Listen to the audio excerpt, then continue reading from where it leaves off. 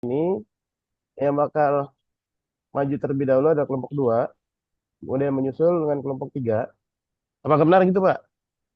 Ya, betul. Boleh. Boleh Ah, berurutan nah, atau silakan. boleh juga yang mau nanti yang mau maju tapi biasanya kan sudah disusun tuh sama apa namanya? Koordinatornya kan. Nah, yang Ya, memang sudah siap saja, ya. bagi yang ingin, bukan bagi yang ingin, apa namanya, kelompok 2 silakan untuk mempresentasikan. Kelompok tiga dulu Kelompok Bang 2, ya. Belum selesai ini Bang Rizky. Lagi di otak-atik dulu sebentar. oh ya sudah. Ya, nggak apa-apa. Berarti Yang kelompok tiganya udah ada belum? Sebenarnya sih kalau presentasi justru sengaja kadang disalahin aja. Kalau udah bener mah udah langsung lulus berarti gitu kan ya. Ya nggak apa-apa. ya, Justru yang salah itu nanti kita banyak belajar gitu. Gitu. Dan kita nggak galak-galak kok tenang aja gitu ya. Jadi ya. nanti makanya banyak nanya lah gitu. Silakan berarti siapa nih? Ustaz Sidir ya. Halo, Pak gimana Ustaz kelompok Sidir 2? Rahmat. Kalau Ya, kelompok 2 nggak bisa, Ya. berarti kelompok 3 yang maju ya berarti ya? Kelompok dua dulu, Ustaz. Ya udah Ya. kelompok 2 kalau gitu. Nanti Pak Sudir nanti kita minta masukan dari teman-teman aja kalau memang belum selesai tugas ini. Oh iya. Ya, eh sambil jalan. Pak Sudir gimana? Ada yang mau apa namanya menjadi moderator untuk kelompok 2? Gimana Pak Sudir ada sama saya? Sama Pak Nanang. Ya udah kalau gitu saya serahin eh untuk Ya, waktunya saya saya panggil dulu serahkan ya. ke Pak Nanang ya. Ya, setelah nanti Pak Nanang. Bismillahirrahmanirrahim. Assalamualaikum Waalaikumsalam waalaikumsalam warahmatullahi warahmatullahi warahmatullahi wabarakatuh. wabarakatuh. Ini kayaknya sinyal Alhamdulillah, negara berkembang nih suka begini biasanya nih. alhamdulillah, alhamdulillahilladzi Jangan keputus-putus ya. Udah arsala putus-putus, Ustaz. rasulahu billah wahdahu la syarikalah wa asyhadu anna Muhammadan abduhu wa rasuluhu alladzi la nabiyya ba'dah amma ba'du. Yang kami hormati Bapak dosen, Bapak Dr. Abdul Misno, dan yang kami hormati teman-teman semua mahasiswa S2.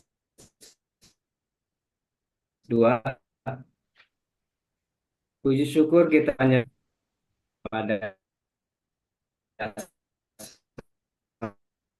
sore hari Ya, suaranya nggak kurang bagus ya? ini.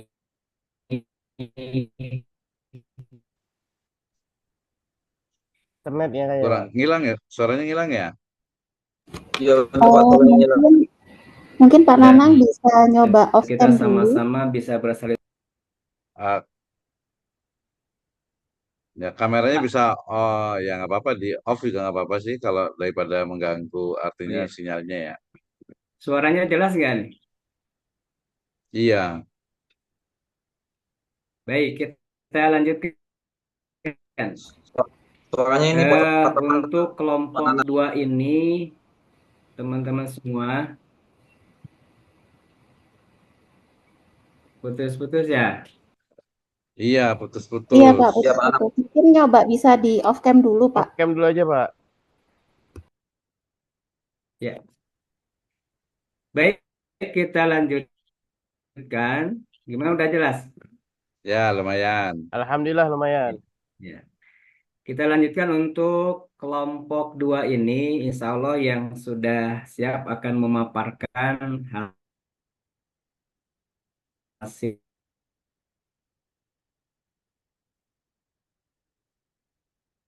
Oke langsung saja. Siapa yang mau memaparkan nih? Ustadz Heru Pramoko atau siapa? Hasilnya yaitu Eh, oleh Ustadz Sudir Rahmat ya. Kalaupun tadi Minta masih kesempatannya kami berikan. Minta tolong ada yang bisa tampilin screen-nya itu materinya pada saya kirim di grup. Pak Sudir Rahmat untuk Sebentar ya, lagi saya menyampaikan download. presentasi. Baik, Ibu. Oke, boleh. Ya.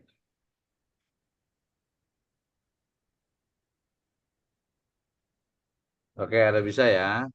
Jadi besok-besok sih kalau bisa ini ya, ya apa namanya, yang presentasi itu ya pakai pakai laptop aja gitu ya, biar agak bagus gitu. Latihan juga sih, gitu latihan. Jadi nanti ketika jadi pembicara gitu kan, kemudian aduh kepanitianya repot malah nanti jadinya gitu.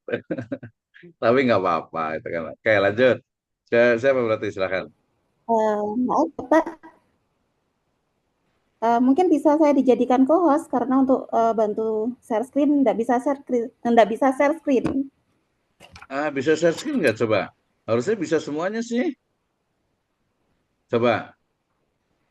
Biasanya kalau apa ini bisa biasanya tuh kalau mamanya apa Coba ini ya. Zoom ini semua orang bisa share screen. Coba kita Tapi tes tidak bisa siapa? Pak, itu ikon hijaunya itu tidak lebih buram gitu, tidak terang gitu. Atau tapi di sini udah multiple participant can share simultaneously. Coba kita tes. Ibu Romla bisa share screen coba tes. Atau Bu Isdaria coba bisa Ustaz share Rizky screen. mungkin bisa dibantu, Ustaz Rizky. Bentar ya.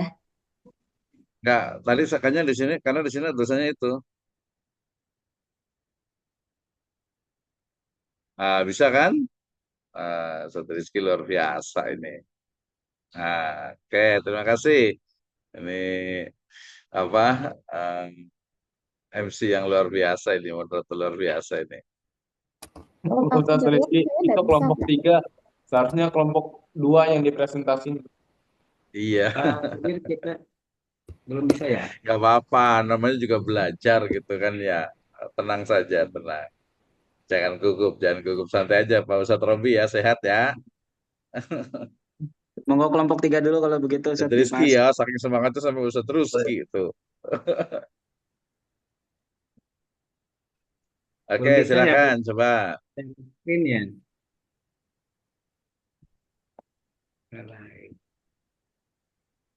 Nah, ini udah bisa nih. Nah, coba nih. Ya, udah bagus. Ya.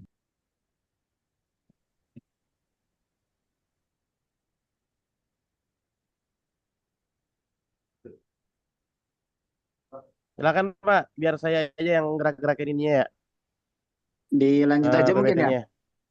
Lanjut aja ke Ya, slide selanjutnya. Ya bukan dilanjut sih, Lanjut dimulai. coba, Kan Pak belum Sudir. mulai. Ya. Astagfirullah. Baik, Bismillah.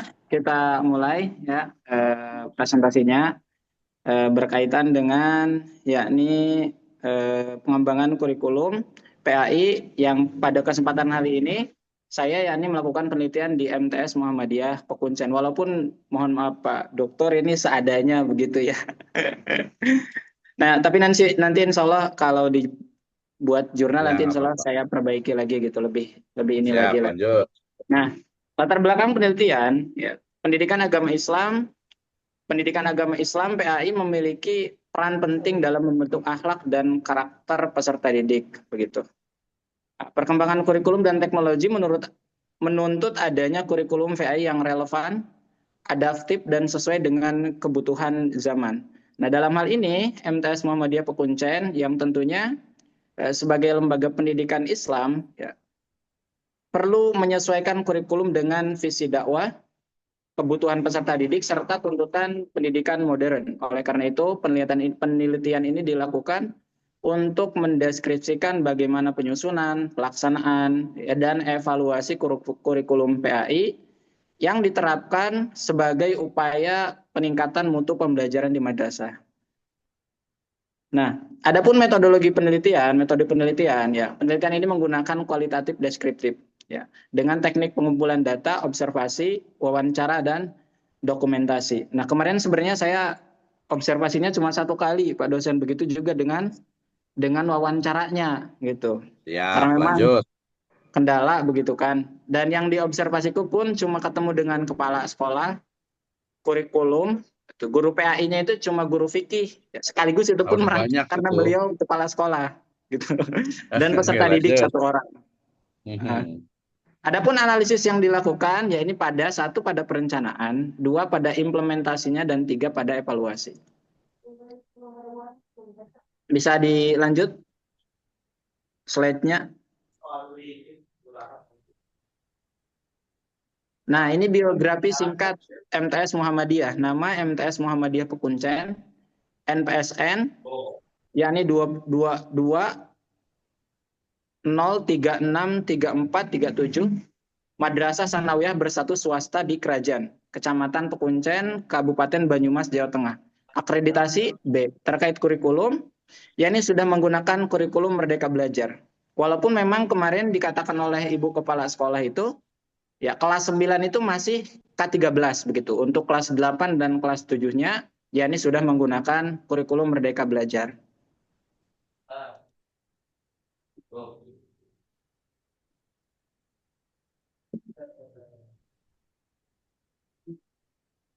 Mana tadi? Nah, Lanjut. pengembangan kurikulum PAI di MTS Muhammadiyah Pekuncen. Nah, MTS Muhammadiyah Pekuncen ya menerapkan kurikulum KMA 183-184 ya sebagai acuan utama sesuai ketentuan Kementerian Agama. Ya, karena memang itu bagian daripada acuan utama dan aturannya begitu, maka menggunakan ketentuan dari Kementerian Agama. Dalam hal ini kurikulum KMA 183-184. Tetapi ya, selain itu juga ya mengintegrasikan ya atau juga memadukan nilai-nilai tarjih Muhammadiyah. Karena memang ini lembaga di bawah naungan Ormas Muhammadiyah, maka disesuaikan. Ada beberapa penyesuaian, yakni di dalam kurikulumnya, yakni terutama dalam pembelajaran sebagai penguatan karakter. Ya. Juga pemahaman keagamaannya yang tentu Muhammadiyah memiliki pendekatan-pendekatan mazhab misalnya yang mereka ambil ada Hambali dan lain sebagainya begitu. Dan identitas persyarikatan. Nah, ini tujuannya untuk menguatkan karakter ya serta manhaj yang dituju atau yang ditempuh juga berkaitan dengan identitas persyarikatan Muhammadiyah itu sendiri.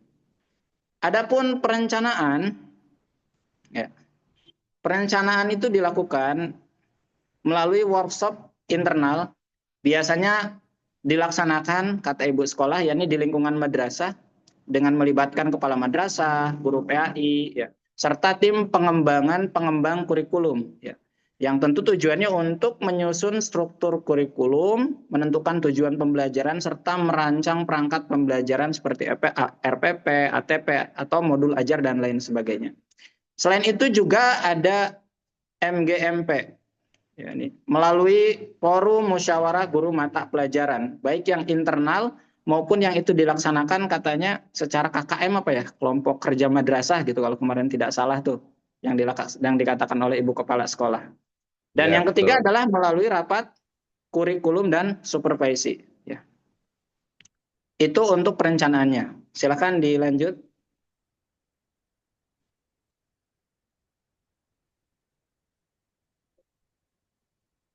Nah, ini ada muatan pembelajaran. Pertama ada Al-Quran hadis, gitu.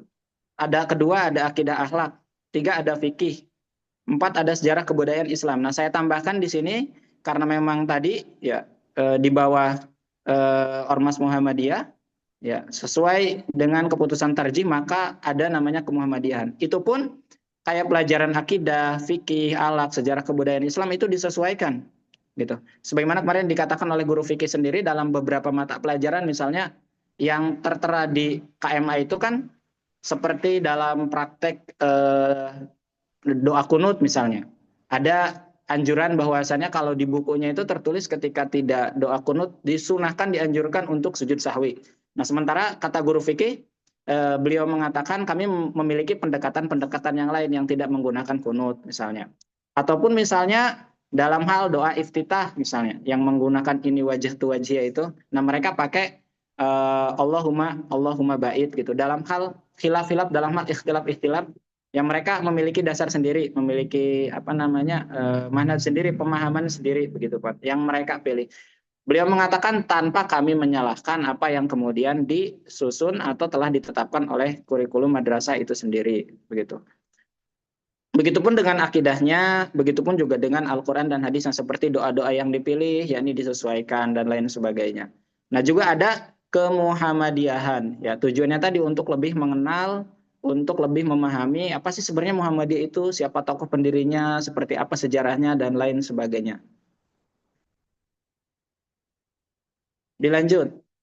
Nah ini ada jadwal pembelajarannya. Kalau kita lihat itu jadwal pelajarannya, tiap-tiap mata pelajaran ini satu pekannya mendapat 2 jam pelajaran. Al-Quran hadis 2 jam pelajaran, akidah akhlak 2 jam pelajaran, fikih 2 jam pelajaran, sejarah kebudayaan Islam 2 jam pelajaran, begitu.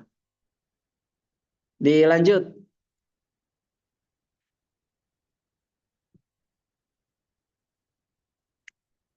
Adapun metode yang digunakan dalam implementasi pembelajarannya, satu yakni ceramah interaktif. Ya, seperti biasa metode klasik yang digunakan oleh guru menjelaskan kepada murid misalnya.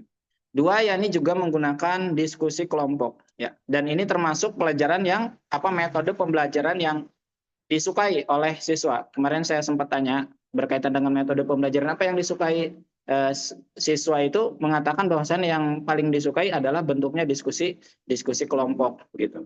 Ada juga demonstrasi ibadah, misalnya terutama di dalam pelajaran fikih yang kadang-kadang perlu yakni membutuhkan demonstrasi agar anak lebih memahami.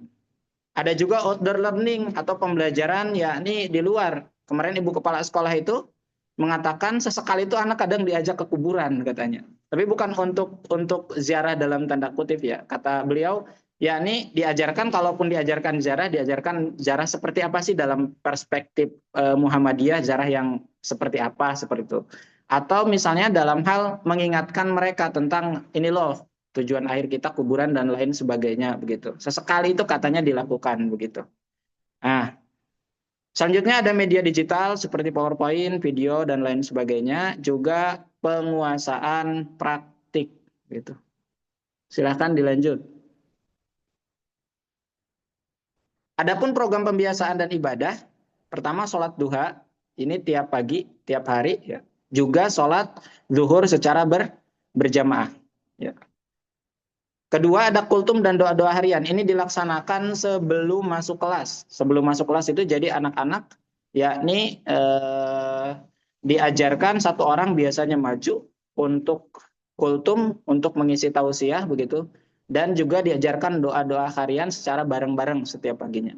Ada tadarus harian. Tadarus harian ini biasanya dilaksanakan yakni setelah sholat duha. Sholat duha misalnya ada yang 2 rakaat, ada yang 4 rakaat. Setelahnya tadarus harian secara berjamaah. Ya biasanya katanya untuk sementara ya ini fokus di juz 30, juz 30 gitu. Misalnya hari ini surat ini secara bareng dibaca gitu. Ada tahfiz dan jadwal. Jadwal tahfiz ini sebentar baterainya. Jadwal tahfiz ini yakni dilakukan 2 pekan sekali. Hari Selasa dan hari Jumat itu dilakukannya. Sekaligus yakni hafalan hadis arba'in. Jadi satu sisi tahfiz, setelah itu juga menyetorkan hadis arba'in. Anak diberikan tugas, nanti hari Selasa hafalannya surat ini, hadisnya yang ini, seperti itu. Nanti Jumatnya pun begitu. Jadi ketika di rumah mereka pada menghafalkan seperti itu. Setelah nanti hari Selasa dan hari Jumatnya distorkan. Ya. Ada kultum dan kegiatan Ramadan. Ketika itu bulan Ramadan juga ada pesantren kilat. Selanjutnya evaluasi pembelajaran. Evaluasi pembelajaran yakni tes tertulis ya. Dilakukan baik itu ujian tengah semester maupun akhir semester. Ada juga penilaian hafalan. Tadi seperti hafalan tahfiz, hafalan doa-doa harian, hafalan hadis arba'in gitu. Praktik ibadah ya. Ada ujiannya pas itu ujian praktek begitu. Bagaimana tata cara sholat, bagaimana tata cara wudhu, atau bahkan mungkin cara mengurus jenazah begitu. Ada portofolio dan tugas, serta supervisi dilakukan minimal 1 semester sekali. Ini evaluasi pembelajaran yang dilakukan di MTS Muhammadiyah Pekuncen. Selanjutnya, kendala. Adapun kendalanya, ya, sebagaimana kemarin disampaikan oleh Ibu Kepala Sekolah itu, yakni pertama motivasi peserta didik yang masih rendah. Terutama kata beliau, yakni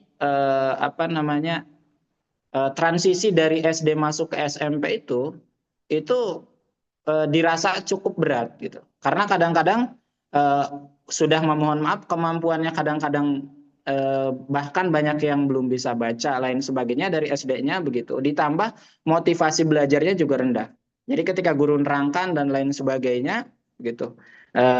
Banyak yang susah fokus, banyak yang kurang fokus. Itu pertama. Kedua, media pembelajaran digital yang terbatas. Untuk saat ini seperti proyektor baru memiliki satu gitu. Jadi kalau ada dua praktek yang dua mata pelajaran yang harusnya praktek dua-duanya itu masih terkendala, masih susah gitu. 3 jam pelajaran dianggap kurang untuk memberikan praktek. Itu kendalanya. Harapannya adalah pembelajaran lebih interaktif dan variatif karena sebagaimana tadi dikatakan oleh siswa sendiri, pembelajaran ini pembelajaran yang menyenangkan ya, lebih disukai oleh siswa. Optimalisasi penggunaan media digital, ya. Ada penguatan pembiasaan ibadah, ya. Ada juga peningkatan fasilitas praktik di dalam masalah praktik ibadah. Kalau misalnya praktek ini jenazah, pemandian jenazah, pengurusan jenazah, itu kan mungkin perlu ada semacam kayak seperti kayak boneka peraga gitu kan. Ada bahannya kayak boneka atau apalah yang seperti itulah. Nah, ini belum ada di sana. Termasuk juga misalnya seperti manasik haji sampai saat ini katanya belum bisa dilakukan ya karena kendala dengan fasilitas lain sebagainya. Terakhir, kesimpulannya adalah kurikulum memadukan standar nasional dan nilai tarjih Muhammadiyah. Ya, standar nasional tetapi juga dipadukan dengan putusan hasil daripada Majelis Tarjih Muhammadiyah. Yang mana itu disesuaikan untuk menguatkan identitas organisasi, ya, menguatkan identitas lembaga, dan juga menguatkan tadi jalan atau manhaj yang ditempuh di dalam pemahaman-pemahaman terutama masalah fikih misalnya. Pelaksanaan pembelajaran bersifat praktis dan aplikatif, ada dukungan program ibadah rutin dan tahfiz, ya, masih terdapat tantangan pada motivasi, digitalisasi, dan fasilitas. Nah, mungkin itu saja yang dapat saya sampaikan pada kesempatan kali ini. Ya, mohon maaf, ini tentunya banyak sekali kekurangan. Ya, mungkin teman-teman, Bapak Ibu sekalian atau Pak Doktor, mohon bimbingannya, mohon masukannya begitu. Termasuk PPT pun ini masih seadanya begitu. Itu saja dari saya, kurang lebihnya mohon maaf, saya kembalikan kepada MC. Ya, ya, terima kasih Pak Sudi Rahmat ya telah mempresentasikan hasil beliau di MTS itu ya. Untuk itu kepada teman-teman semua dipersilahkan untuk menanggapi atau bertanya atau menambahkan ya kekurangan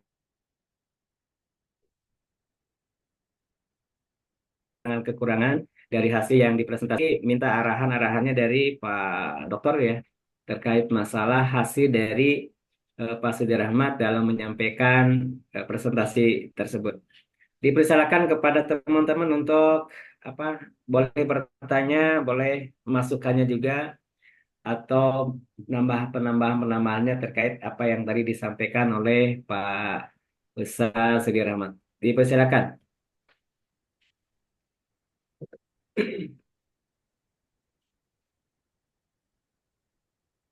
Ya, silakan yang mau bertanya atau ini dari saya dulu juga boleh. Nanti sambil mikir-mikir ya, sambil lihat gitu. Sebenarnya udah bagus nih ya, udah bagus nih. Nah, ini MC-nya ada dua ya, Pak Sananang sama Ustadz Rizky Zulfadlillah. Tadi saya nyalah nyebutnya ini. Ya, Pak. Ya, terima kasih Ustadz Rizky ya sudah nge-share untuk ininya. Menarik ya, mungkin dari saya dulu, nanti yang lain nggak banyak ya. Maksudnya dari saya nggak banyak, nanti setelah ini yang lain boleh. Baik, terima kasih ya untuk Ustaz Sudi Rahmat, tadi Pak Senanang juga, dan tadi satu lagi ya di untuk penyusunan ini ya sudah bagus ya, udah luar biasa perjuangannya juga gitu ya untuk istilahnya datang ke sekolahan, kemudian juga ngobrol atau diskusi atau interview, wawancara, observasi itu sudah langkah yang patut kita hargai gitu ya, sudah sangat cukup bagus sekali ya. Nah, nanti tinggal ada pendalaman-pendalaman terutama nanti dari sisi istilahnya itu kurikulum dan pelaksanaan. Ini sebenarnya nanti kalau jadi tesis itu udah cukup tuh, tinggal tambah satu sekolah lagi gitu ya, sudah cukup. Jadi implementasi pembelajaran baru nanti ada pengembangan ya. Jadi pengembangan pembelajaran pendidikan agama Islam di SD atau di MTS ya, Pekuncen itu tadi gitu ya. Itu udah bagus tuh, udah ada dasar lah, udah ada awalnya gitu, minimal udah tahu. Oh iya, Pak Ustaz Sudirahmat lagi kuliah nih S2 gitu ya. Jadi nggak sembarangan nih S2 nih gitu kan ya. Jadi harus mendalam nih gitu. Makanya tadi kalau ditanya beberapa hal, itu adalah seni, the art of research gitu ya. Seni dalam penelitian. Kadang memang ya tidak semua apa kita tuh ditanya harus apa, ditanya, kita bertanya kemudian dijawab. Kadang ada rahasia perusahaan gitu ya. Kadang ada hal-hal yang sifatnya itu mungkin memang untuk tidak untuk konsumsi publik, kecuali memang sudah kenal gitu ya. Kemarin saya kasih contoh, misalnya kita mau ke satu sekolah kemudian nanya ya, interview, Pak Kepala Sekolah, di sini ada kasus bullying nggak gitu kan ya. Ya pasti mungkin mereka bilang, ah nggak ada kok gitu, nggak ada gitu ya. Kalau nanya ke siswanya, ada nggak pernah di sini? Ada, kemarin tuh pada berantem gitu, baru ada gitu. Tanya apa, cek, recheck, triple check gitu ya.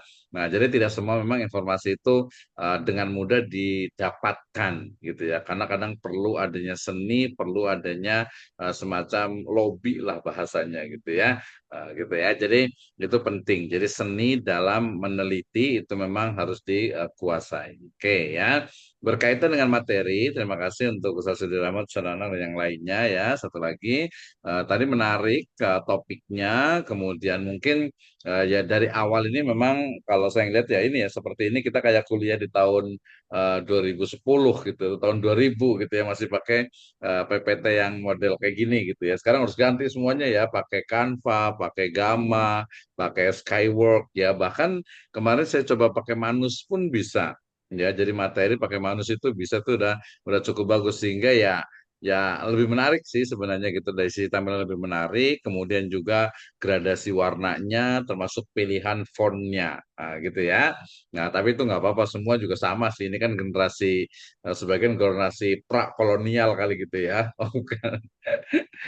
Milenial lah, milenial akhir kalau saya gitu ya. Tapi nggak apa-apa. Jadi nanti yang lain belajar bikin pakai apa namanya, pakai Gamma, terutama pakai Skywork, pakai Manus juga cukup bagus. Kemarin saya coba ya, Slide Go juga bisa juga. Jadi biar lebih menarik aja sih, lebih menarik dan ya enak dilihat gitu ya. Oke, kita boleh lihat, Ustaz Rizky boleh bantu dari slide pertama. Ya, ini pilihan fontnya juga ya sebenarnya sih putih dengan hijau nggak ada masalah sih ya gitu ya. Jadi kalau kalau saya ngasih masukan itu bukan untuk ini kan ya, apa istilahnya itu dekonstruktif, tapi untuk konstruktif yang lebih baik lagi gitu ya.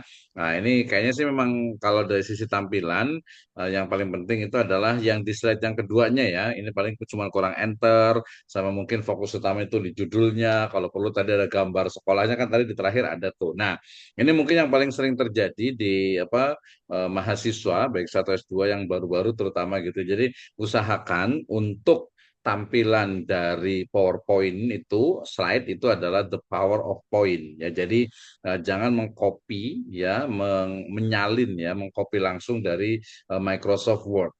Usahakan bentuknya adalah pointer, lebih bagus lagi kalau seperti ada bagan, ada tabel, atau ada semacam smart chart. Bisa menggunakan di insert kemudian smart chart, itu dia akan lebih bagus lagi. Jadi menarik. Ini kan latihan, nanti kan nanti Sudirahmat diundang jadi pembicara di mana gitu kan ya. Jadi kan harus, wah harus bagus gitu. Walaupun ada juga sih generasi-generasi tadi yang prakolonial itu ya, kadang masih kayak gini, masih lu. Pokoknya nggak enak banget, saya kurang gitu ya, kurang eye catching gitu ya. Cukup lah kayaknya kalau dari saya untuk apa, tampilannya tinggal nanti diperbaiki lagi ke depan gitu ya. Jadi usahakan yang lain nanti pakai apa, biasanya sih kalau S2 ini memang kalau saya ngomong itu presentasi tidak boleh pakai, membuatnya tidak boleh pakai PowerPoint. Kalau pas presentasinya itu boleh pakai PowerPoint, pas membuatnya jangan pakai PowerPoint ya, usahakan pakai yang tadi saya sebutkan ya. Oke, sekarang kita ke inti saja, ke konten ya. Ke konten itu terkait dengan ini memang tadi judulnya lebih kepada implementasi pembelajaran ya, implementasi pembelajaran pendidikan agama Islam di MTS tadi itu ya, di MTS. Nah ini sebenarnya menarik juga nih ya, menarik ketika bicara tentang secara luas gitu ya. Nah kalau kita bicara tentang kurikulumnya sebenarnya lebih spesifik ya, lebih spesifik kepada memang tujuannya. Kemudian tadi ada kontennya, kemudian tadi sudah ada metode yang digunakan, sudah ada medianya juga, sampai kepada evaluasinya. Ya sudah 80-85 lah sebenarnya, tinggal tampilannya saja diperbaiki gitu ya. Diperbaiki nanti perbaiki nggak sekarang gitu ya, tapi untuk mungkin yang di mata kuliah yang lainnya gitu ya. Oke, latar belakang tadi dari sisi pendidikan organisasi paling penting dalam pembentukan. Nah ini sebenarnya sih tadi kayak ada metodenya. Sebenarnya sih nggak perlu sih sebenarnya ini ya. Ya. Nah jadi boleh next slide, Rizky. Dari latar belakang ini dia kurang dari sisi ininya apa pemahamannya. Makanya dia di apa ya diringkas harusnya itu ya. Kemudian yang di slide yang ketiganya itu nanti ada metode penelitian. Nah ini sebenarnya sih biasanya gitu ya dibikinnya ini sebenarnya udah agak bagus gitu ya. Cuman memang terlalu rapat dari sisi apa fontnya itu ya. Nah ini paling penting nih. Jadi di saat ini ya itu sudah tidak lagi namanya penelitian menggunakan kualitatif deskriptif ya. Yang betul itu adalah narrative studies atau library research atau penelitian kepustakaan ya. Tapi ini bukan kepustakaan. Ini ya adalah metode. Jadi pendekatan penelitiannya adalah kualitatif, kemudian metode penelitiannya adalah bisa menggunakan case study, studi kasus, bisa juga menggunakan fenomenologi. Ya antara dua itu aja lah. Studi kasus biasanya itu, ya menggunakan studi. Kalau fenomenologi ada lebih tinggi lagi, ya. Kemudian itu metodenya, sedangkan berdasarkan lokasinya ini adalah field research, ya penelitian lapangan. Berdasarkan datanya ini adalah penelitian kualitatif, ya. Berdasarkan analisisnya dia juga adalah penelitian yang sifatnya itu untuk pertama adalah mendeskripsikan tentang pelaksanaan atau implementasi pembelajaran. Ya, yang kedua itu nanti tadi ada beberapa evaluasi, ya evaluasi yang dilakukan. Ya, ini biografi singkat gitu ya. Nanti biografinya kan bisa dituliskan ya. MTS Muhammadiyah Pekuncen, kemudian FSN ya udah lumayan lah. Makanya tadi 80 sampai 85 lah, udah bagus gitu ya.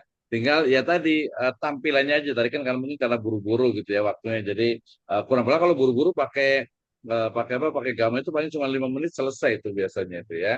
Ya gitu ya. Oke, next slide berikutnya saya Rizky. Ini biografi singkatnya, kemudian berikutnya dari sisi pengembangan kurikulumnya. Nah, tadi sebenarnya sebelum ke pengembangan itu di pertanyaan pertama sebenarnya. Jadi kurikulumnya pelaksanaan ya.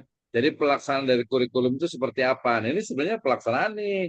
Ya ada workshop internal, ada MGMP madrasah, ada rapat kurikulum dan supervisi gitu ya. Kemudian tadi ada untuk apa kelompok kerja madrasahnya itu sebenarnya sudah pelaksanaan dari awal sebenarnya itu ya. Jadi sebelum ke pengembangannya. Kalau pengembangannya tadi justru dilihat dari sisi analisis kekurangannya, kemudian juga apa istilahnya itu permasalahan yang dihadapi, ya, itu baru menentukan pengembangannya. Kalau ini lebih kepada implementasi atau deskripsinya. Oke.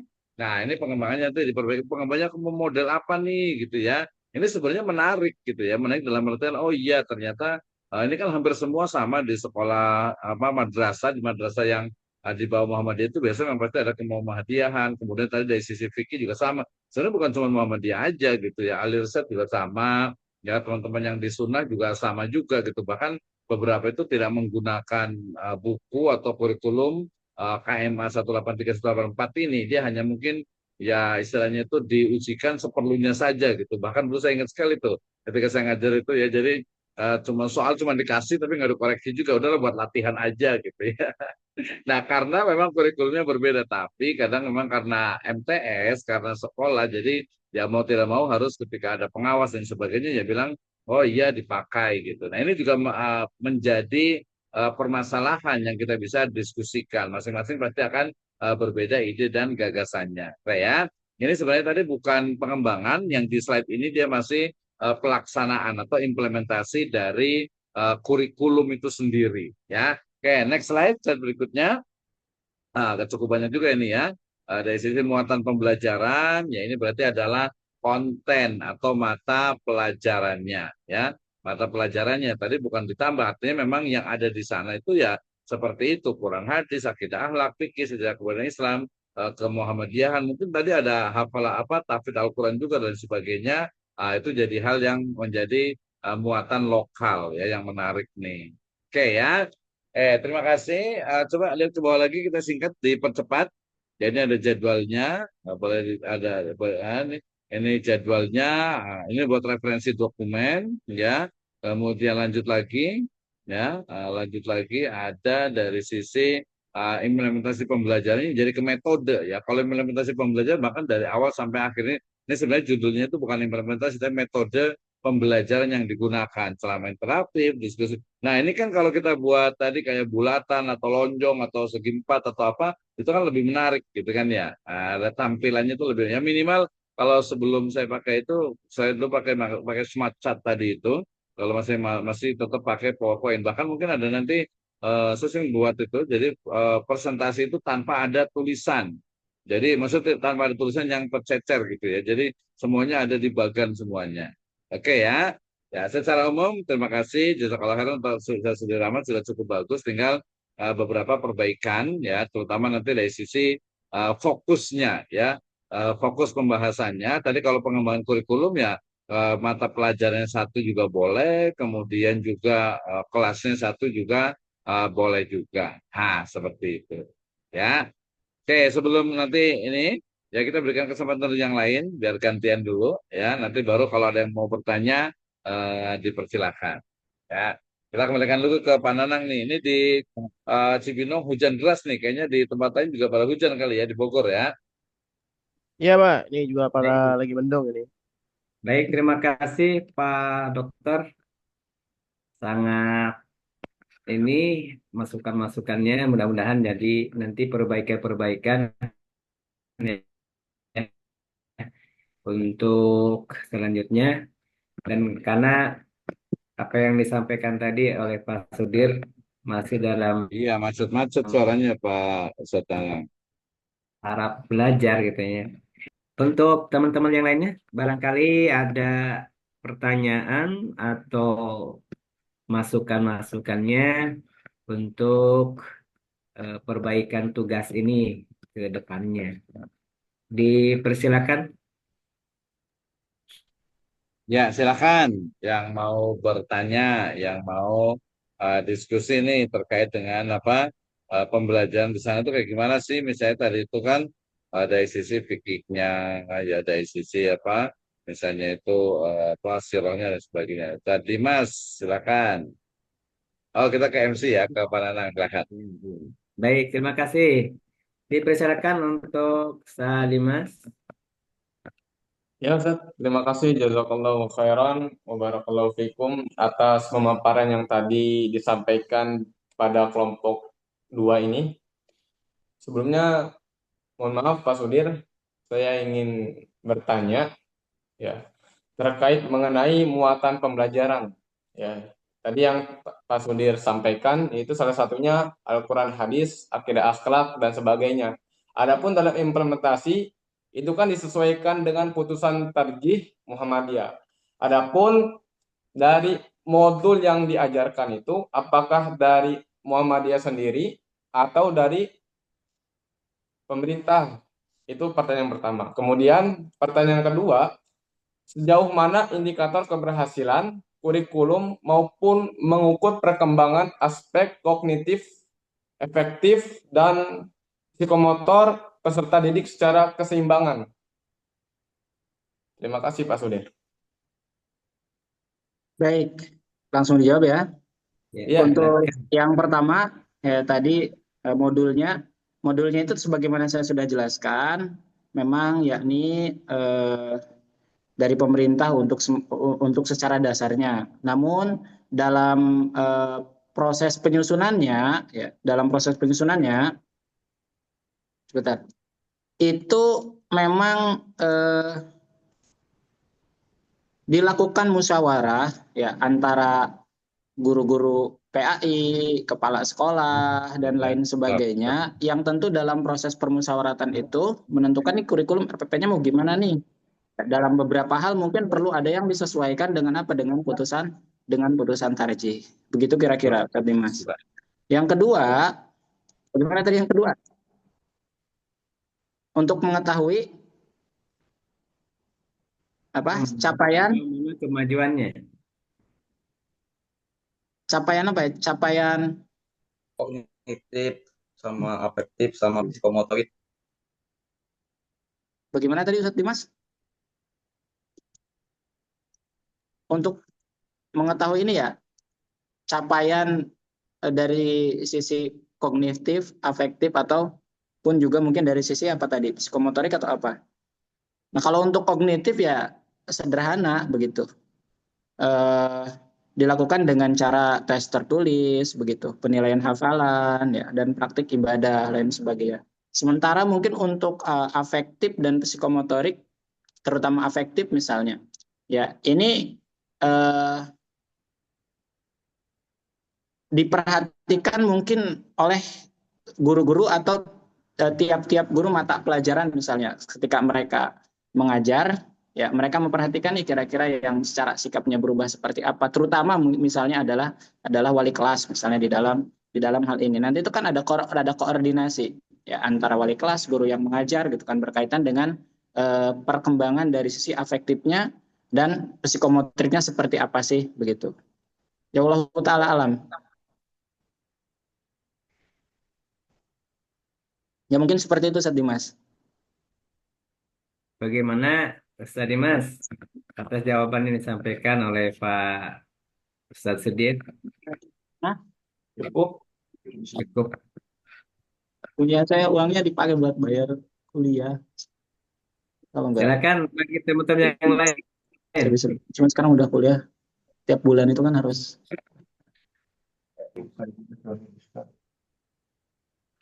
Jadi mohon maaf belum. Teman-teman yang lain. Silakan.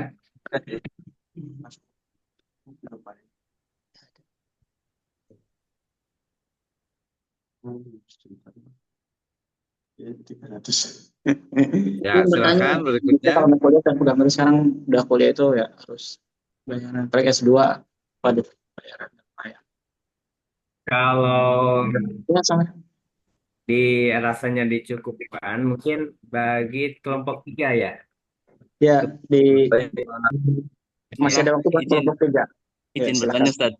Ya, silakan. Ada. Silakan Pak. Ini. Ya, terima kasih kepada Pak Ustadz Nanang sama Ustadz Sudir yang telah mempresentasikan mata kuliah hari ini, tugas mata kuliah hari ini. Kan yang Ana ingin tanyakan analisis antum lah gitulah, analisis kelompok gitu. Terkait kan ini ada kendala ya, kendalanya itu seperti motivasi peserta didik, terus metode pembelajaran yang udah dijelaskan dan muatan-muatan yang sesuai dengan kurikulum ataupun tarikh kemuhammadiyahan. Nah, yang Ana pahami ya, kalau rendahnya motivasi peserta didik, otomatis kan nilai kognitifnya akan mempengaruhi. Ya, nah, yang Ana tanyakan tuh bagaimana sih analisis kelompok antum, cara untuk mengembangkan kurikulum PAI agar bisa meningkatkan motivasi peserta didik sehingga nilai kognitifnya juga baik. Syukran, Ustaz. Ya, terima kasih Pak Ustaz ini. Silakan Pak Sudir yang barusan dipertanyakan untuk dijawab.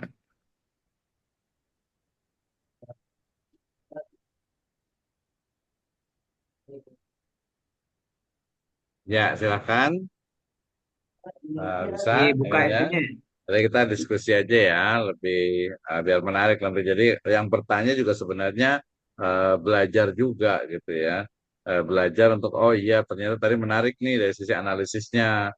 Termasuk tadi juga sebenarnya saya juga ingin mengatakan, oh ternyata sudah ditemukan tuh masalah yang dihadapi di MTS itu. Berarti kalau sudah ditemukan berarti tinggal bagaimana rekomendasi dari masalahnya itu kemudian dilakukan penelitian di bagian yang lainnya tentu saja ya. Jika tadi motivasi kurang nih, jawabannya apa ya? Berarti kita pahami dulu teori tentang motivasi. Kita lihat dulu, nanti kita bantu jawab nih, silakan.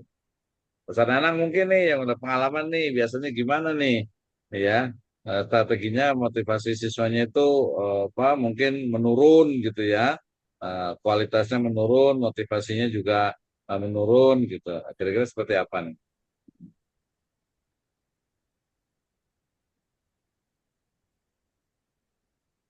Ya silakan.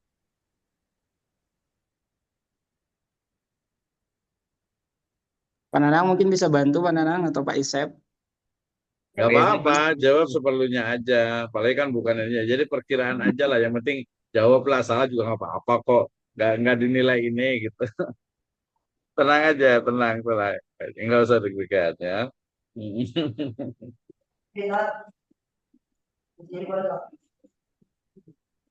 Oke, jadi tadi analisisnya udah bagus ya. Artinya kan itu tadi. Jadi hasil analisis itu kan tadi rendahnya motivasi itu kan memang penyampaian dari guru gitu kan ya.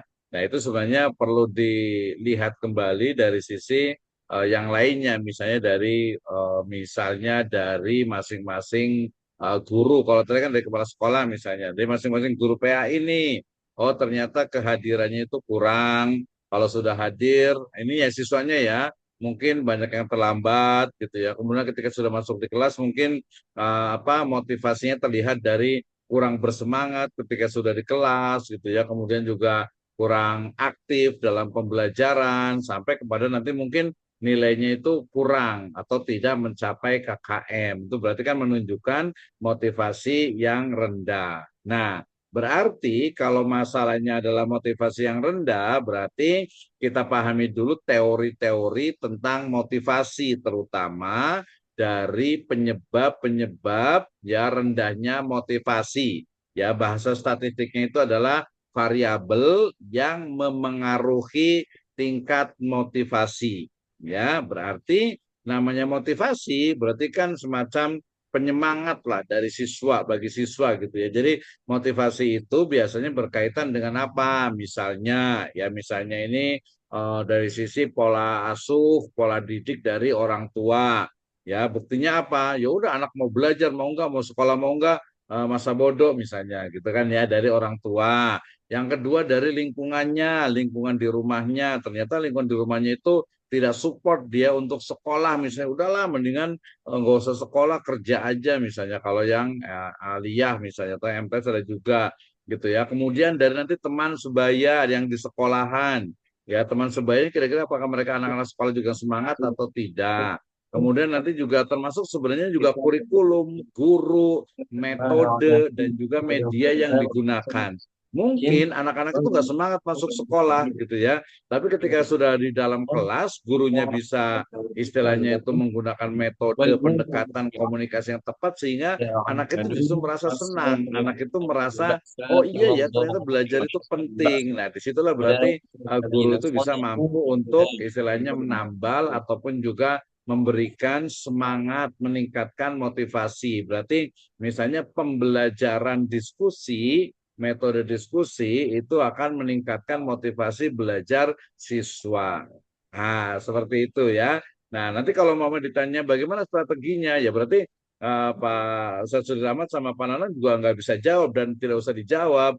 Jawabannya adalah iya nanti saya tanya ke yang di sana karena saya belum bertanya.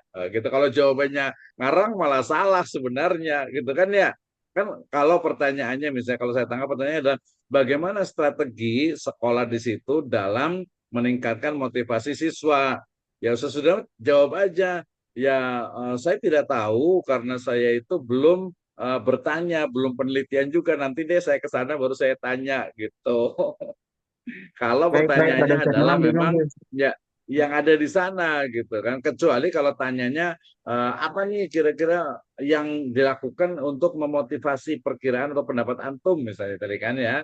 pendapat antum tuh tentang bagaimana meningkatkan motivasi. Oh, misalnya nih, yang paling mudah itu adalah ya dengan pembelajaran yang aktif gitu ya, kemampuan dari guru itu ditingkatkan, kemudian mungkin sarana prasarana tadi medianya ya itu bisa meningkatkan motivasi belajar ya. Selain juga mungkin kegiatan-kegiatan yang membawa kepada mereka tadi misalnya itu misalnya itu buat apa pembelajaran di luar kelas gitu ya, metode itu kan maksudnya ya. Mungkin juga bikin apa outing kelas dan sebagainya. Itu teorinya masing-masing kadang berbeda.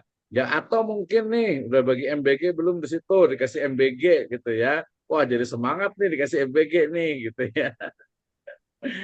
Itu dikasih makanan lah minimal gitu ya. Jadi kalau pas itu dikasih makan kan jadi semangat. Coba gurunya itu setiap sekolah apa masuk dikasih dibagi-bagi apalah coklat atau makanan gitu bala-bala gitu ya. Kayaknya jadi semangat nih belajarnya nih gitu ya. Nah, itu teorinya sehingga kemudian nanti bisa dipelajari, bisa dikembangkan. Pengembangannya bagaimana? Ya tadi sebenarnya kita nggak bisa jawab karena kita nanya gurunya dulu, nanya kepala sekolahnya dulu pengembangan kecuali pengembangan dalam konteks teori gitu ya. Jadi oke, kalau motivasinya itu rendah berarti secara teori itu adalah ada variabel-variabel Y yang perlu ditingkatkan.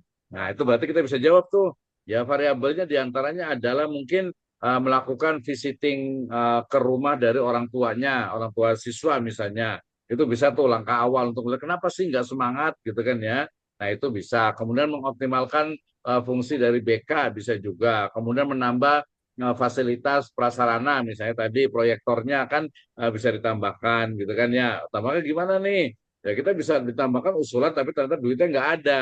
Ya berarti itu kurang efektif juga apa rekomendasi atau pengembangannya. Nah, jadi kan nanti kita masuk ke prinsip-prinsip pengembangan kan harus disesuaikan juga dengan kemampuan baik itu sumber daya manusianya ataupun juga sumber daya keuangannya. Nah, gitu ya. Tapi boleh tanya lagi nih, Ustadz Ilmi nih, coba diulang lagi. Pertanyaannya lebih spesifik itu apa nih? Silakan, Ustadz Ilmi. Ya Ustadz, lebih spesifiknya kan memang tadi dari Antum kan menjelaskan bahwa kayak muatan-muatan itu memang udah dari Diknas ataupun dari Kemuhamadiyahan, dari materi ya tadi ya. Mhm. Terus metode juga Anda melihat seperti itu, seperti kayak umumnya sekolahan gitu tadi. Gitu. Nah, terus yang Anda tanyakan tuh terkait ininya Dad, apa pendapat Ustadz Sudir dan Ustadz Nanang dan Ustadz Isep kan udah melakukan observasi, wawancara dan menemukan kayak kesenjangan lah, kegapan kayak Satu kali motivasinya ya. rendah gitu ya, motivasinya rendah.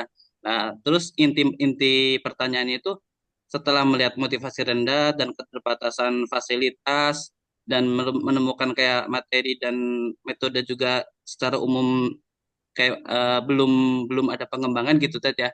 Nah, itu bagaimana Mhm. gitu? Bagaimana kalau semisal Ustadz Sudia dan Ustadz Nanang itu mengajar di sekolahan tersebut, inovasinya seperti apa gitu kan? Inovasi untuk meningkatkan motivasi siswanya gitu. Iya, iya. Oke, ya terima kasih. Sebenarnya yang lain Baik, juga boleh baik. jawab juga nih. Ibu Ya, Romlah boleh jawab, betul. Ibu Isdaria Yang boleh lainnya jawab gitu. juga gitu. Gantian juga boleh nih. MC-nya yang harus pinter ini, yang lempar gitu ya. Tapi bahasa jangan lempar, itu ketahuan nanti ininya. Boleh Ya bisa udah kita sharing nih. Siapa nih Bu Isdaria kira-kira bagaimana meningkatkan motivasi siswa nih secara teori lah ya. Karena kan rata-rata juga sama namanya juga motivasi belajar gitu kan ya. Silakan Bu Romlah dulu boleh. boleh sedikit menambahkan Ustaz ya. Ini terkait dengan pengalaman anak dulu mengajar di salah satu MTS di Taman Sari ya. Dulu diamanahkan guru bahasa Arab, alhamdulillah di situ. Nah, kemudian memang salah satu problemnya itu adalah tadi ya motivasi anak itu rendah ataupun kurang gitu ya. Nah, salah Ya. satunya ketika kita mengadakan rapat Dewan Guru itu adalah memberikan arahan bahwa kepada guru itu minimal dalam per pekannya itu ataupun kita mengajar itu ada prakteknya Ustadz gitu. Misalkan muatan lokal yang saya ampuh aja gitu ya bahasa Arab ada muhadasahnya, saya bikin muhadasah kecil-kecilan, siapa namamu atau segala macam. Jadi dalam proses pembelajaran itu anak lebih aktif gitu, melibatkan anak. Itu salah satu usaha yang saya lakukan ketika ingin memberikan atau menumbuhkan motivasi anak yang memang kurang motivasinya seperti itu. Jadi intinya lebih banyak melakukan praktek dalam mengajar gitu. Itu salah satunya. Ya walaupun nanti bisa yang usah disampaikan ya dengan cara diskusi atau tadi eh apa ya, Ana lupa lagi. Apa Drama outing kelas atau apa? ya Atau drama. jalan-jalan? Iya mungkin. Kalau outing kelas itu kan pasti ada waktunya bisa dia gitu. Iya. Tapi untuk kita guru nih, keseharian kita ketemu dengan siswa yang lebih efektif menurut anak pribadi, yaitu lebih aktif mengajarkan kepada anak, salah satunya tadi lebih banyak praktiknya. Seperti tadi Pak Sudir sampaikan kan ketika memang di fikih itu ada cara mengurusi jenazah gitu ya. Nah, itu langsung dipraktekkan ke anak-anak walaupun lewat boneka atau seperti apa. Jadi saran Ana sendiri itu lebih banyak praktik dengan anak. Itu saja masukannya Ustaz. Terima kasih. Baik Ibu, Oke, terima terima kasih. kasih Bro ya. Ya, Ya, bagus lah karena ya, memang sudah pengalaman gitu kan ya. ya. Ya Tadi memang lebih titik tekannya adalah gurunya. Silakan. Ini gimana nih ya, Ustaz Dimas? Kayaknya mau presentasi, tapi kayaknya waktunya mungkin agak ini kali ya. ya. Kita serahkan ke siapa nih kira-kira nih? Jadi memang kalau tadi Ustaz pertanyaannya, Rizky nih harusnya nih sebagai moderator awal ini ya nanti ya. betul. Silakan saya sudah ramah dikomentari dulu. Ya jadi memang kalau tadi pertanyaannya dikembalikan kepada kita yang saya nggak paham itu memang dari sisi pertanyaan itu kan saya nggak ngajar di situ gitu kan. Kalau misalnya diandaikan saya ngajar di situ maka memang langkah pertama ya kita mengidentifikasi dulu. Ini sih kenapa sih penyebabnya, problemnya apa sih? Apakah memang ada kendala di internal keluarga misalnya? Atau tadi pola asuh orang tua yang itu tidak mengontrol anak. Bahkan bisa saya katakan memang dalam pengalaman saya misalnya mengajar ya, ini yang di pondok mungkin tidak beda jauh gitu kan. Ada beberapa anak yang memang tuh sampai main HP itu larut malam. Saya tanya kamu kalau bangun pagi jam berapa? Ya, dia bilang bangun pagi jam 3 Ustaz. Tidurnya jam 6 pagi. Orang jam 6 pagi bangun, dia jam 6 pagi, orang jam 6 pagi bangun, dia jam 6 pagi baru tidur gitu. Nah, dan ini ternyata berdampak dan berpengaruh kepada apa? Kepada motivasi belajar, kepada kefokusan belajar anak. Berarti kan solusinya nanti kita tinggal cari. Berarti kalau dampaknya ada di situ, berarti perlu ada pembenahan dari sisi pengaturan gadget, perlu ada koordinasi misalnya dengan orang tua siswa, perlu ada sebuah kerjasama dan lain sebagainya. Nah, setelah itu mungkin masalahnya selesai di situ, ya kita sebagai guru juga meningkatkan kapabilitas dan kualitas kita sebagai pengajar misalnya. Betul tadi melakukan banyak pelatihan dan lain sebagainya agar lebih banyak mengetahui tentang metode-metode pembelajaran yang kira-kira ini layaknya seperti apa disampaikan kepada anak-anak.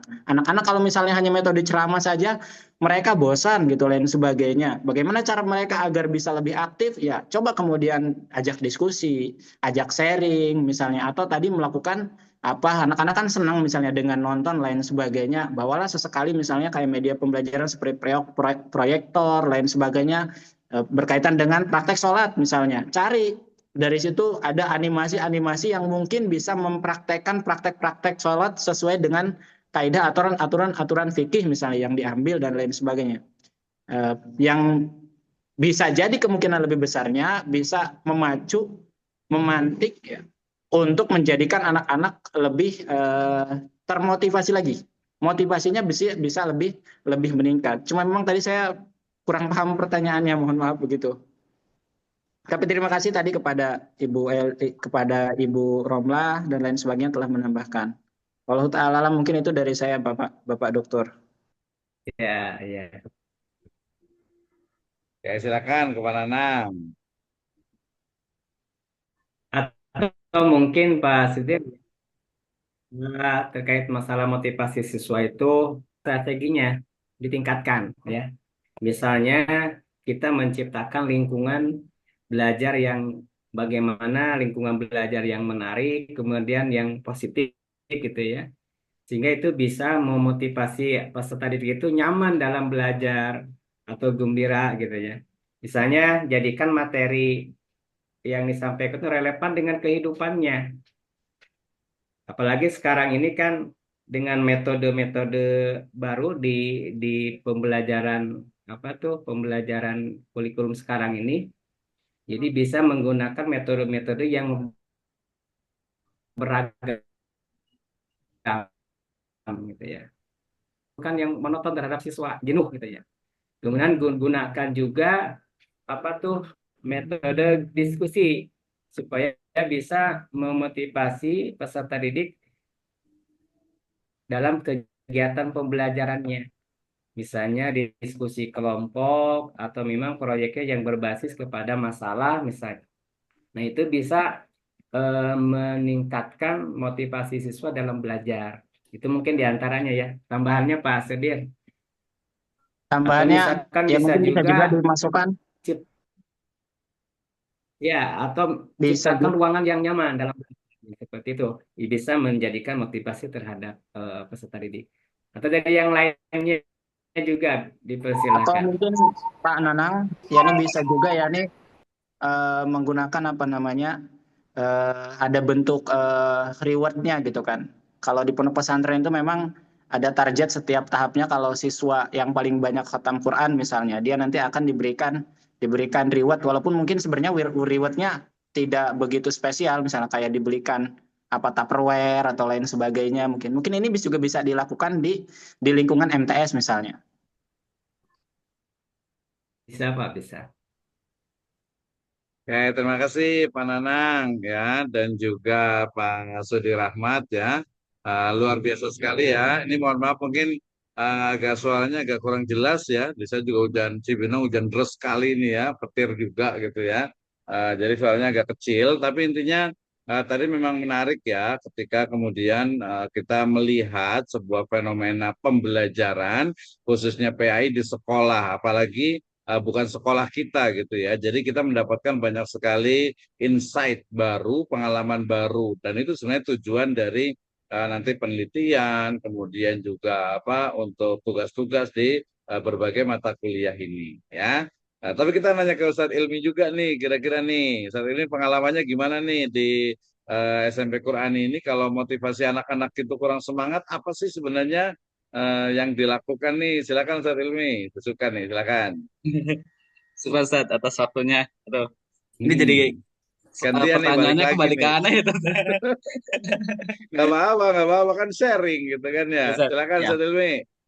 ya, saya sepakat dengan jawaban Ustaz Sudir, Ustaz Nanang dan Ibu Romlah ya, bahwa memang motivasi belajar tuh penting banget ya, entah itu dari internal ataupun eksternal, dari dorongan diri ataupun dari luar gitu. Nah, adapun kalau kita dari fokusnya dari lembaga pendidikan, berarti kan kita dari eksternalnya, eksternal untuk mendukung motivasi seorang siswa belajar.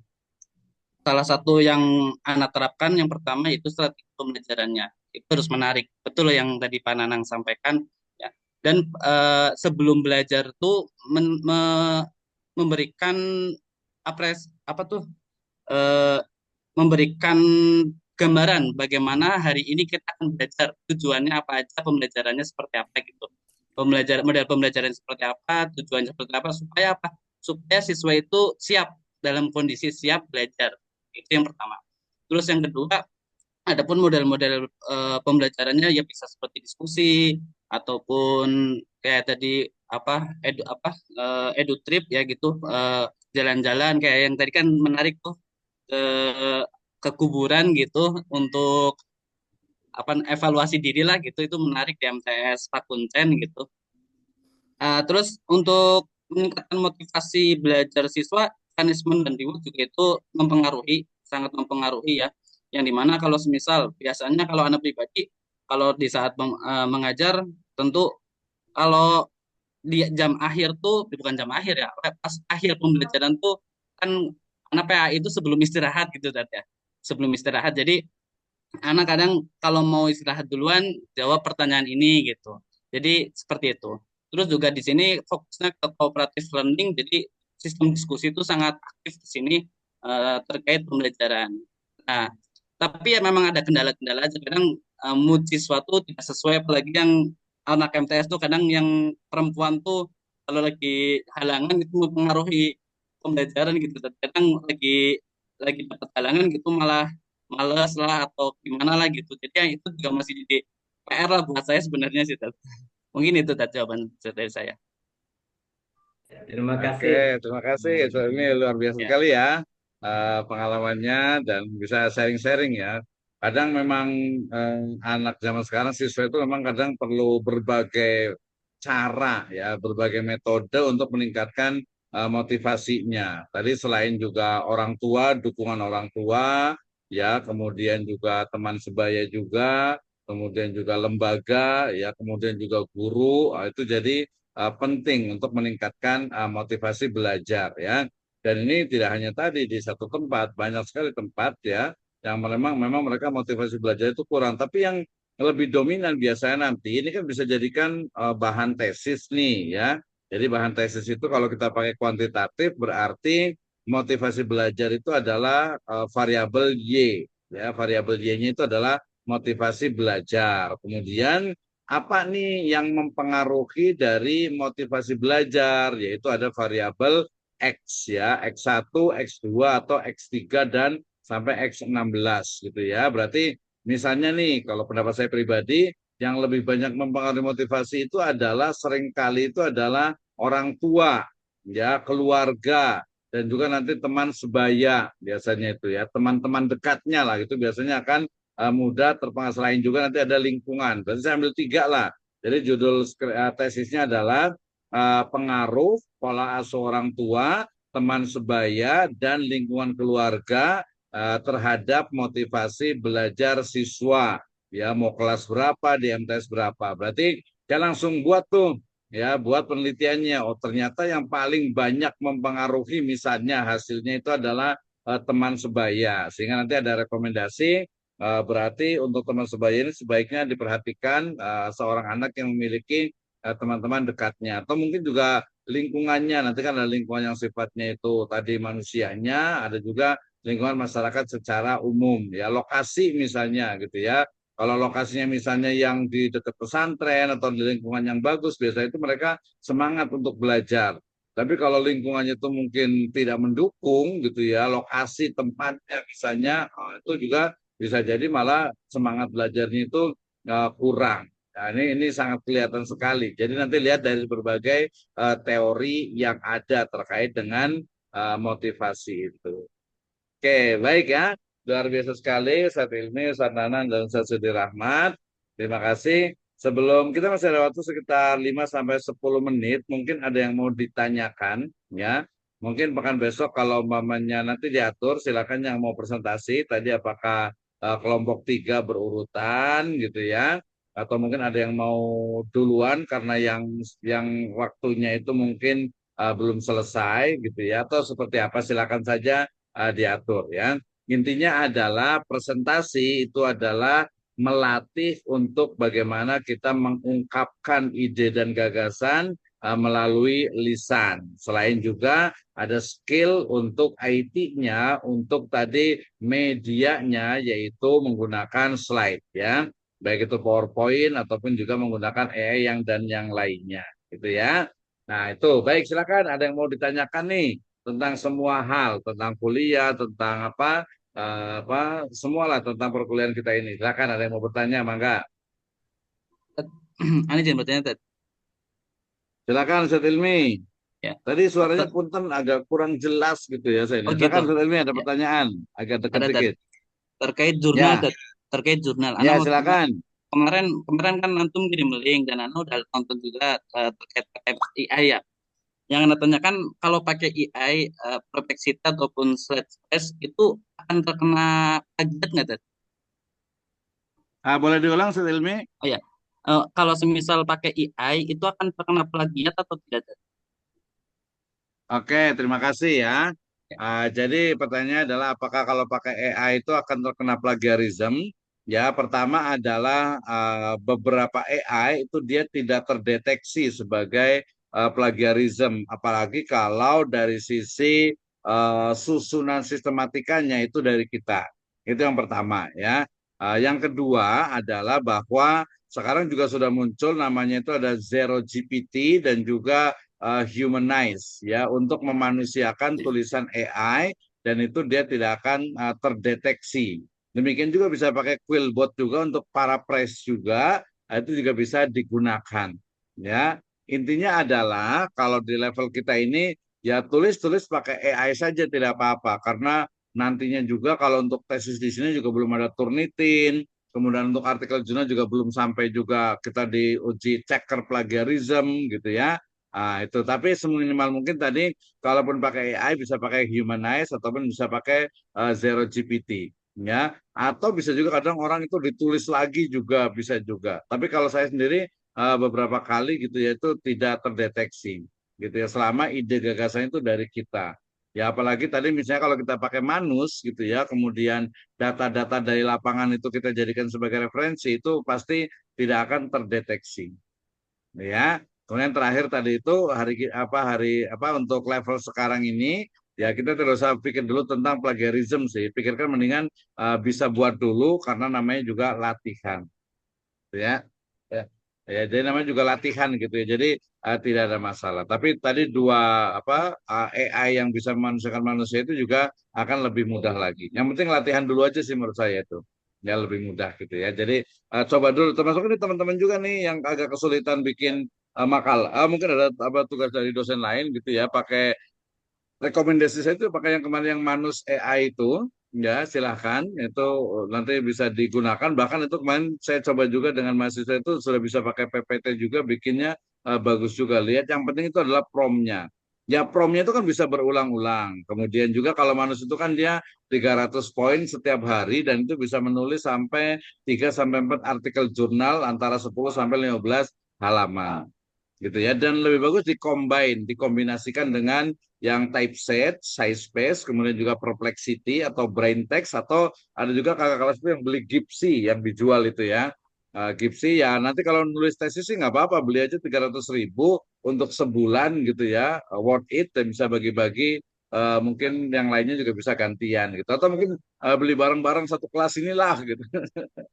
Kan bisa aja. Tapi intinya jangan memberatkan sih. Jadi intinya adalah tulis aja dulu, nggak usah pikirkan dulu tentang plagiarism karena kita masih latihan. Itu ya, Satilmi ya. Terima kasih. Yang lainnya tadi ada yang mau nanya kayaknya terkait dengan perkuliahan kita, silahkan. Mana Pak mau nanya? Ya, Satrizky, Bukan tafadhol. bukan nanya sih Pak, lebih masukan gitu ya. Mungkin ntar Ya, pekan depan boleh. ya. Karena kan kita kelompok masih banyak nih.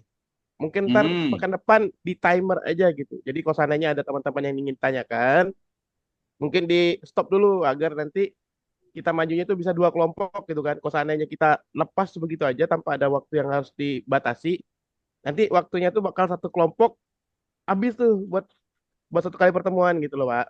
Gimana itu Pak? Ya, boleh juga. Atau nanti ya nggak apa-apa. Misalnya pekan besok saya nggak usah presentasi juga nggak apa-apa. Langsung presentasi mahasiswa juga boleh gitu ya. Cuman kemarin memang saya dapat dari Pak Ketua di sini itu katanya kelas RB nggak usah dikasih tugas lah katanya. Ini kita open aja buka-buka. Udahlah kelas RB nggak usah kasih tugas, nanti pada keluar lagi, nanti pada nggak mau kuliah lagi katanya gitu. Padahal kan enggak ya. Saya juga Enggak. tahu enggak juga gitu ya. Tapi menurut Udah kemarin juga sempat yang udah nggak usah presentasi lah gitu kan ya. Tapi ya enggak sih, kita yang penting sama-sama aja ya, enaknya saja, jangan ada yang terpaksa gitu kan ya. Untuk latihan gitu ya, nanti kalau ada kesulitan ya tinggal diskusikan saja. Jadi Ustaz Rizky, usulannya diterima ya. Silakan saja ya, jadi mungkin nanti nggak apa-apa juga saya materinya nanti yang pas terakhir juga apa, atau mungkin materi saya cuma apa istilahnya itu 15 menit juga mungkin bisa saja sih dipercepat gitu. Nah, bisa saja. Jadi pekan depan kita mungkin dua presentasi gitu ya. Nah, dua presentasi. Siap kayaknya ya. ya, ya Pak. Gi- Gimana ke ininya berarti nih terakhir kita ke ketua kelasnya, udah mau sholat nih kayaknya nih. Mana nih ketua kelasnya nih? Ya Nah, mungkin nih ada dikit coba-coba ya. Nah, tadi cobain Iya, AI bener buat udah azan ya, Ustaz Robi ya, luar bikin biasa soleh sekali power nih ya. Eh, PowerPoint, coba nanti gunain ini gitu. Namanya Agnes AI gitu. Ntar tadi PowerPointnya Ustadz Sudir jadinya seperti ini gitu. Tadi pakai AI-nya. Wah, ini keren ini Ustaz Rizky, luar biasa. Rizky Ini IT. pakai apa Ustaz Rizky? Agnes AI Pak namanya. Oh, Agnes. Mungkin Iya, di iklannya banyak tuh. Ada Agnes, ada Cici. Ini Agnes juga. gaya-gayanya kayak Skywalk ini. Iya, Agnes ini gaya-gayanya Skywalk gitu. Ya, ya, tadi yang template tadi dimasukkan, kemudian minta diganti, jadi tuh. ya Ya tadi lumayan, juga. lama juga belajar gitu kan ya. Jadi Agnes AI juga gratis tadi dia cobain, jadi nggak Iya, perlu bayar itu. betul. Berarti semuanya nanya ke Ustadz Rizky nih, pakarnya nih kayaknya nih, pakar pohon nih kayaknya nih. Nggak juga Pak. Ya silakan, ada yang mau nanya lagi nggak? Tapi udah azan ya, nanti keburu ini. Satu lagi deh, terakhir, ada yang mau nanya nggak? Silakan, Ustadz Heru mau nanya. Tidak, Hmm, Pak. Pak, Cukup, insya Allah. Pak dosen, Ustadz Subrawi silakan. ya. Ini tadi kan sudah disampaikan tentang motivasi belajar. Nah, menurut Pak dosen itu motivasi dari salah satu motivasi seperti orang anak-anak yang mondok itu mungkin terjadwal ada penjengukan dari orang tua atau wali santri. Itu terjadwal seperti sepekan atau bukan sepekan ya, sebulan sekali itu ada penyengukan. Nah, itu juga termasuk motivasi untuk meningkatkan anak ataupun santri itu belajar. Itu apakah termasuk analisis yang relevan nggak, Pak dosen? Kayak gitu.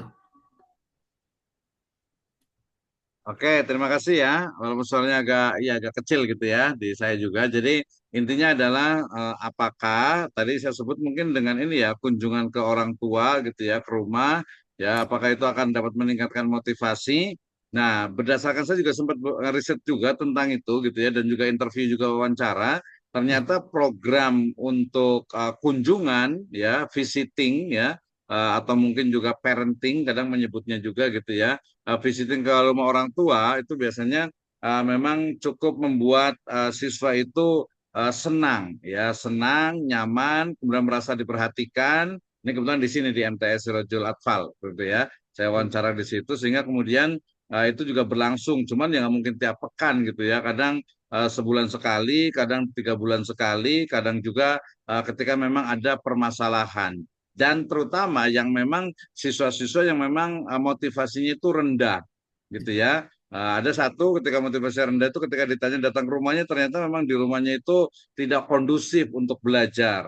Orang tuanya juga tidak mendukung dalam artian masa bodoh, mau sekolah mau enggak terserah, apalagi untuk mengerjakan mungkin kalau ada pekerjaan rumah dan lain sebagainya ya. Hanya saja memang tadi kan pembelajaran juga tadi sudah disebutkan juga terkait dengan efektivitas ya efektivitas berarti juga efisiensi juga efektivitas ya kalau tiap pekan ya berat lah gurunya efisiensi kaitan dengan ya uang juga kan perlu jalan juga ya kecuali nanti disesuaikan dengan ya mungkin fee dari pembayaran lah ya pembayaran dari siswanya itu ya beberapa ini yang bagus sekolah yang bagus memang melakukan visiting itu memang minimal itu 1 semester itu 1 kali gitu ya. Nah itu juga bisa cukup bagus. Bisa Saprawi ya. Ya. Saprawi nanti bisa diinikan, yaitu bagian, yaitu masuk. Jadi program visiting, home visiting gitu ya. Itu jadi program juga meningkatkan motivasi dari siswa, dari murid. Karena mereka apalagi nanti ketika datang orang tuanya ada, dianya ada kadang di kalau kemarin interview itu ya dipuji lah gitu. Oh iya, masya Allah nih si Fulan ini di sekolahnya rajin, padahal nggak rajin gitu. Dan juga jadi ada meningkat lah gitu ya. Jadi akan oh ya jadi semangat nih gitu. Itu juga tapi juga tidak semua juga kadang juga ada juga yang memang karena dia mungkin malu kalau datang orang datang ke rumahnya kan tergantung dilihat-lihat juga. Makanya ini harus multi perspektif ya dalam ketika melakukan kebijakan sebuah program. Oke ya, ini kayaknya agak sedikit kurang kondusif juga karena hujan, waktunya juga gitu ya. Jadi insya Allah besok kalau ada usulan tadi seperti Ustaz Rizky dipersilakan. Apakah waktunya dibatasi bagus juga atau mungkin nanti saya juga mungkin hanya 15 menit setelah itu langsung presentasi 2 orang. Baik, terima kasih untuk semuanya. Jazakumullahu khairan ala itimamikum. Kita tutup dengan hamdalah dan doa kafaratul majelis. Alhamdulillahirabbil alamin. Subhanakallahumma bihamdika asyhadu an la ilaha illa anta astaghfiruka wa atubu ilaik. Wabillahi taufiq wal hidayah. Wassalamualaikum warahmatullahi wabarakatuh. Waalaikumsalam warahmatullahi wabarakatuh. Ya, betul.